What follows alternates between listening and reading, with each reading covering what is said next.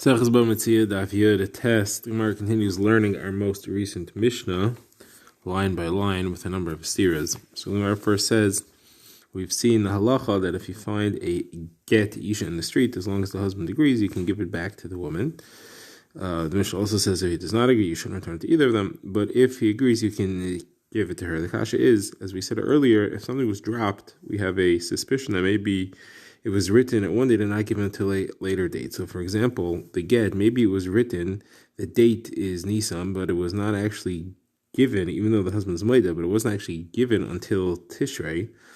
During that time, from Nisan to Tishrei, the husband still eats the peiros of the Nichsei Malug, of the property that the woman brought into the marriage, which is called Nichsei Malug.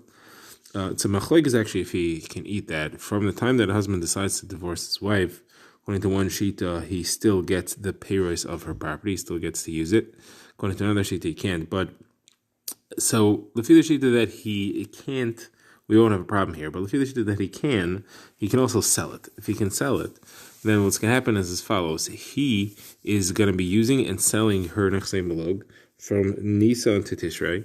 Then she's going to get the get in Tishrei, and it says on it that she was divorced already from Nisan. She's going to go back to all those people who bought her nechsei malog and say, "What are you doing with my stuff? You say I was divorced already. My husband sold it to you. He didn't have a right to sell it, and she's going to take it away from them." Shalai kedin, which is not really the halacha. So how can we allow this? How can we return it to her? So Gemara answers, you don't have to be afraid that that's going to happen. When she comes to claim their property back from the people who bought it, they'll say, if you claim me that you were already divorced from Nisan, you need to prove when you actually got the get. It's not enough that you have the date written on the get. You have to actually prove when you received it. So Gemara says, if that's true, then how come we had this concern in a different sugya? We saw in a Mishnah earlier that if you find a shtar chayiv, if you find a loan document on the street, there's an opinion that says if it has a lien on it that could be used to take away property that was sold by the borrower, you can't give it back to the lender, even if the borrower agrees that he didn't repay it yet, and you should be able to return it to the lender. And the reason is because since it was dropped, since it was lost, we're afraid that the date is wrong, and therefore you're going to end up taking property away from people who bought it before the loan was made and after the date is written. So how come there you're concerned for it, and here you're not concerned? Why don't we say the same thing there? Why don't we say when they come to take the property away from the buyer will say prove when the loan was actually made. Just like here we say prove when the get was actually received and don't rely on the date, there you should say prove when the loan was made and don't rely on the date. So the answer is no, it's very different, because in the case of the get, the person who bought it is going to claim that maybe she didn't receive it yet. And the reason is because he'll have a reason to believe that she wasn't actually Mizgareshes at the time that it says on the date. He'll say the fact that the Rabbanan returned it to her is because they didn't want it to be an aguna. She needs to have her get, not because the date was necessarily correct. However, at the time of the loan, he's not going to think maybe the date is wrong. He'll say if the Rabbanan gave it back to him, if they set up psak that it was lost, return it to him. Obviously, they understand that the date is correct and that the loan happened before I bought this land, and therefore they will not make the claim. If they won't make the claim, we won't ask that he bring a raya, and therefore there is a potential problem. Although in the case of the get, there is no problem. Umar now brings a similar concept from the next line in the Mishnah. The next line in the Mishnah said that you can understand shichur, a document of freedom for an eved, then you could return it as long as the master agrees that it was given to the eved already. So the Gemara should have the same problem. Maybe it was written on, let's say, Nisan, and it wasn't given until Tishrei 6 months later. And what's going to happen is as follows. From Nisan to Tishrei, the eved will go buy property. The owner will take control of it because whatever the eved purchases belongs to the owner. Then the owner will go sell it and keep the money. And then, once the eved has his getrecha that says that he was already free from Nisan, he'll go back to the people who bought it and say, you bought it from my former master, but I was free already at the time, so it didn't belong to him. He stole it from me, and therefore you have to give the fields back to me. And it's not really halachically correct, because he didn't receive the shtar shecher until Tishrei later. Now, says the Gemara, there is an opinion that this is not a problem. There is an opinion that says from the time that the shtar shecher is written and signed, the eved is already free, because it's a zechus for the eved. It's good for him to go free, because he becomes a mutter and a bas Yisrael, becomes chayv and mitzvahs.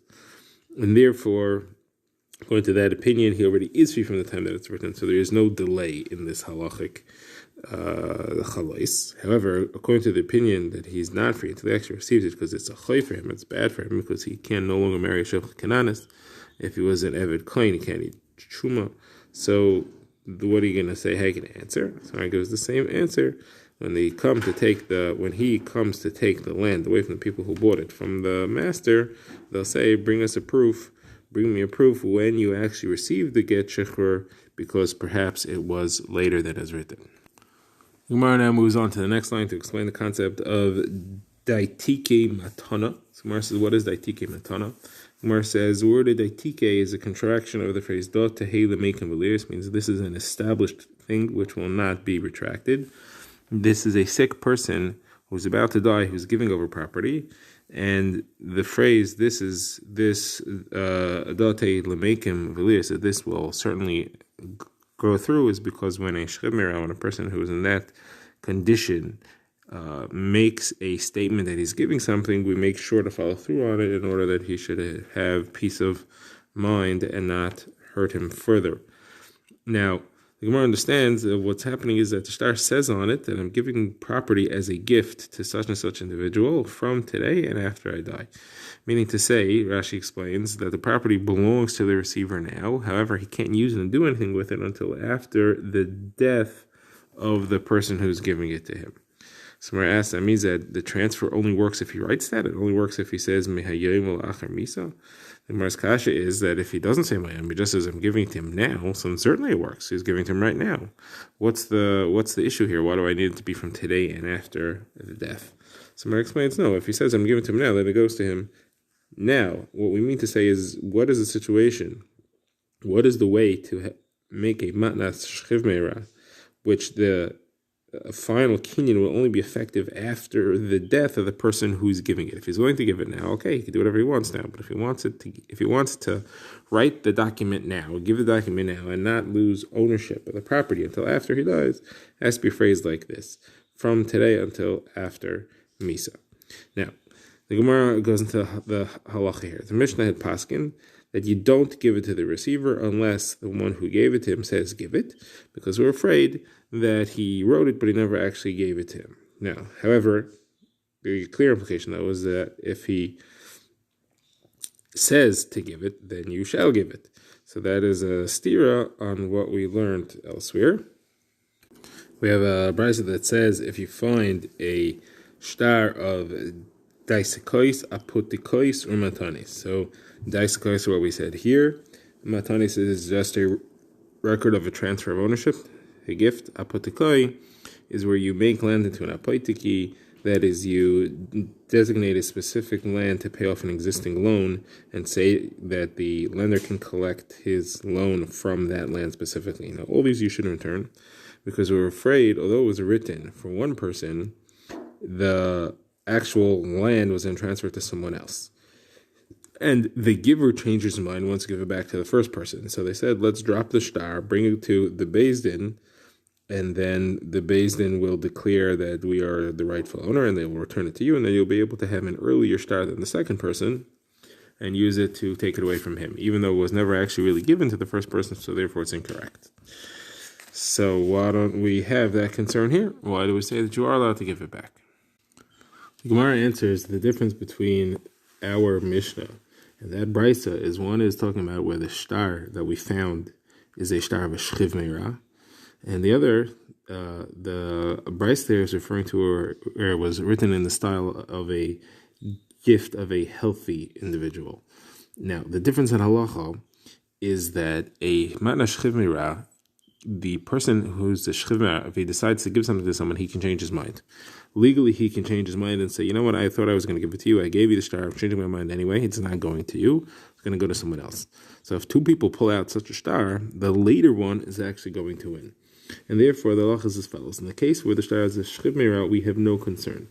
Because what could possibly have happened? The second, we're afraid that he wrote the shtar for one person, never gave it to him, then he decided to give it to someone else, and now he wants to back off and give it back to the first guy. So let's say the first one's Ruvain, and the second one is Shimon. So he wrote it for Ruvain, changed his mind, and didn't give it to him, gave it to Shimon. Shimon received the shtar first, and now he wants to give it to Reuven. So since he's a Shchivmira, rightfully he has the rights to give it to Reuven. Reuven is the rightful winner here. Now, what kind of star would we presume he gave to Shimon? If he gave Shimon a star of a healthy person, then when they come to court, Reuven will be holding a star of a Shchivmira, Shimon will be holding a star of a healthy individual. So the Bezdin is going to look at it and say, okay, Reuven, you have the earlier star, but it was the star Shchivmira. So obviously he was Chayzer. He changed his mind and decided to give it to Shimon. He has a right to change his mind from what he wanted to give to Reuven.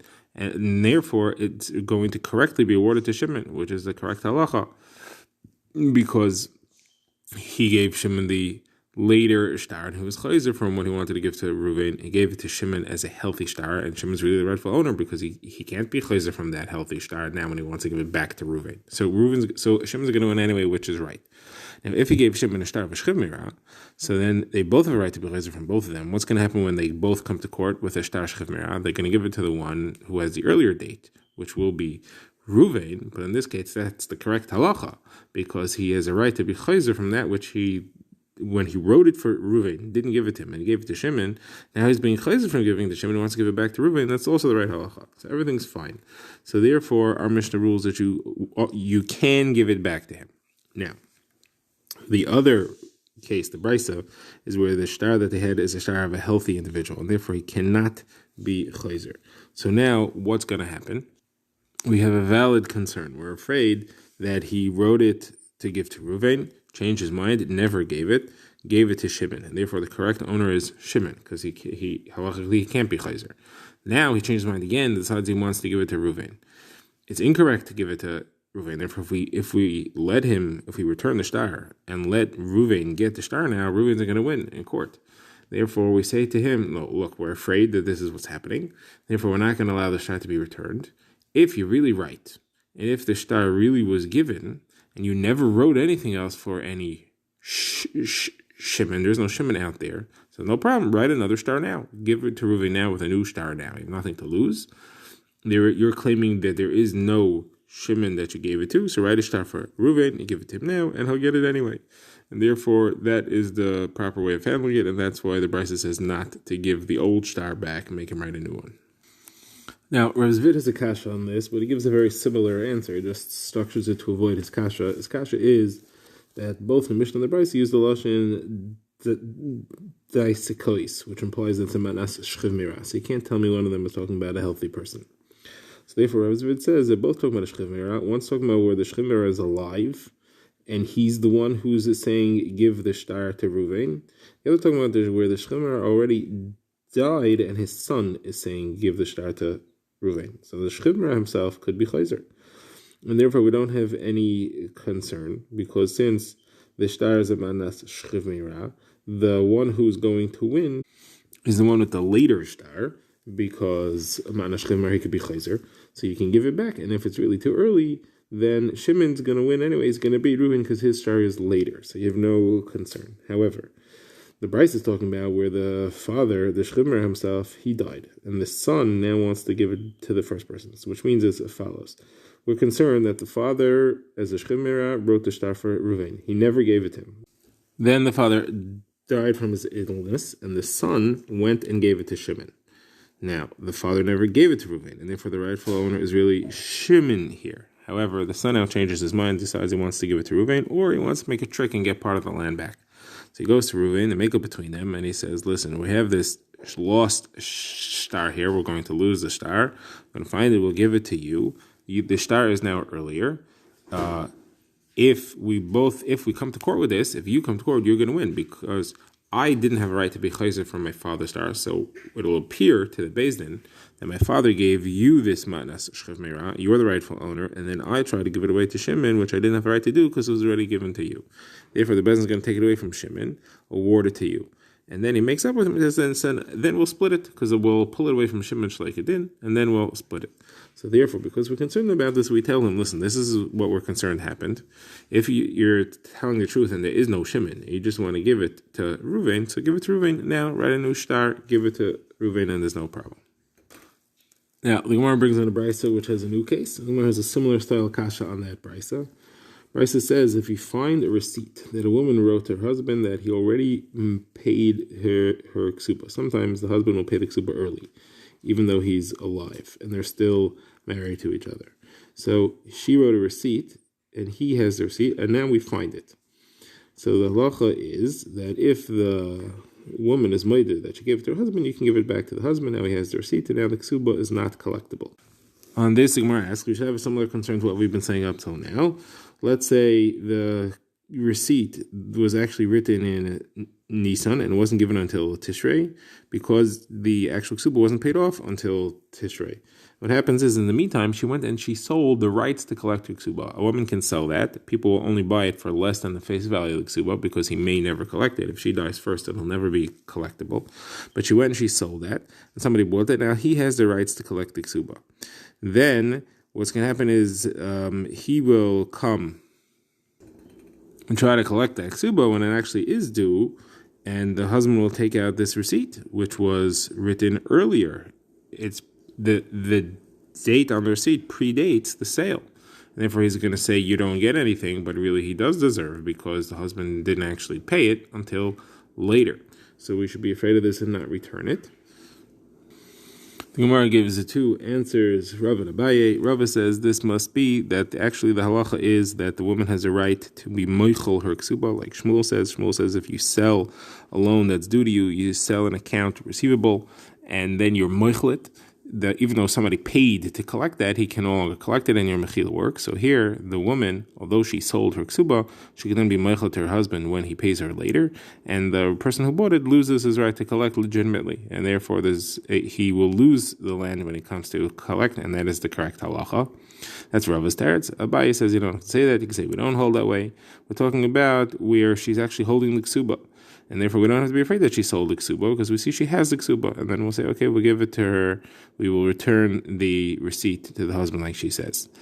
Now, Rava didn't want to say that because he says maybe there are two ksubas. Sometimes a woman gets the second ksuba, so that doesn't prove anything.